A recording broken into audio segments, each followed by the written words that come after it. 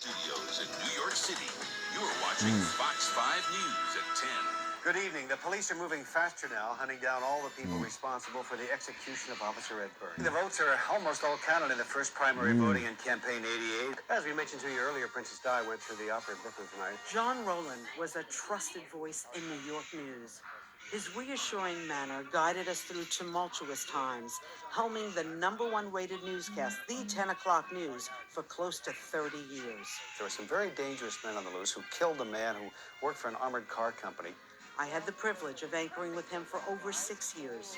He taught me about fairness in presenting the news, and I felt his passion and respect for the audience who watched his nightly broadcast. Still ahead, we'll have any late developments from Libya. John began his broadcasting career in the 1960s. His first major assignment was for NBC News in Los Angeles, the year 1966. After a short stint at NBC in Los Angeles, John was hired to report for the then-owned Metro media station in LA, KTTV, where he covered the Robert F. Kennedy assassination and the Charles Manson trial.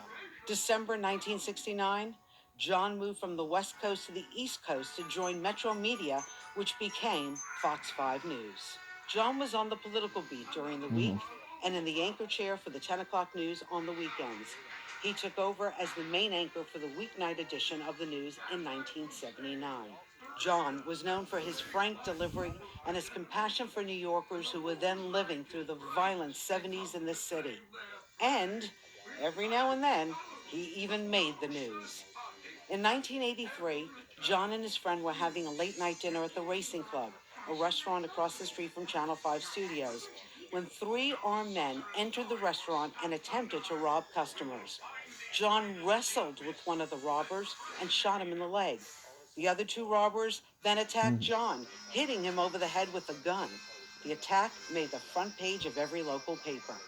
I grabbed a gun and we were on the floor.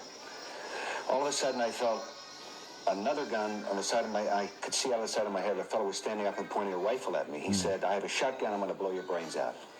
And again, before I knew what happened, I had grabbed a hold of the shotgun and he was on the floor. And we were rolling around and I had my hands on both guns. Some shots went off from the pistol. Then I heard a voice saying, "All right, that's it." And I turned around and I looked up and I saw a third gun. And at that point I said, okay, I'm outnumbered, I'm outgunned. I said, "You got me." In 1988, John got into an on-air argument with a mentally ill homeless woman, Joyce Brown, also known as Billy Boggs. If I knew I was going to be attacked by you, I would never come on your show. I'm not attacking Yes, you. you have. You said I I'm just was insane while I was on the street. I talked to myself. I dormited on the street.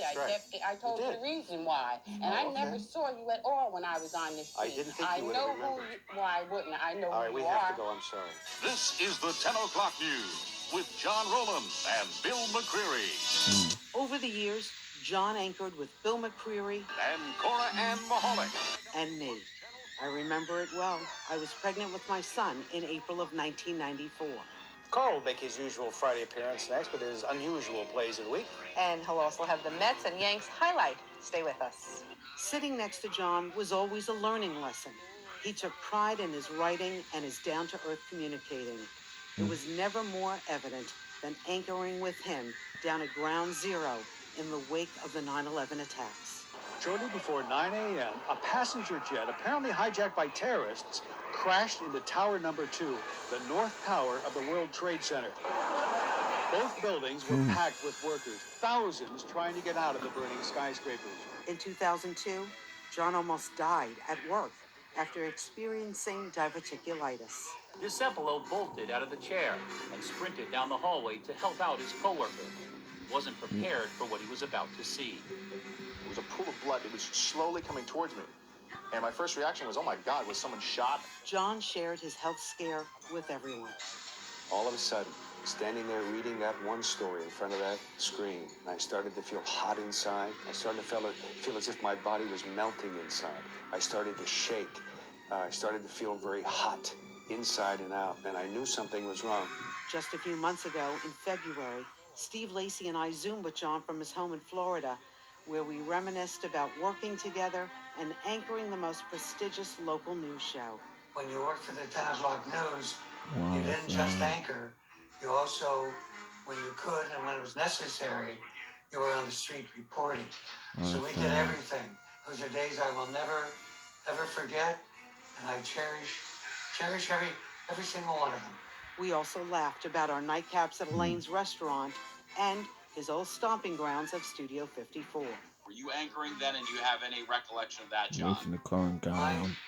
Studio 54 days are a haze.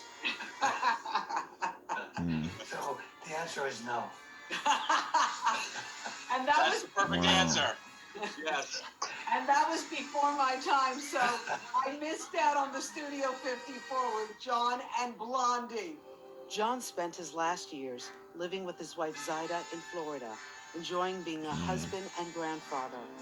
While he was retired from anchoring the nightly TV news, his love for New York and current events was unabated. He cared until the end of his 81 years.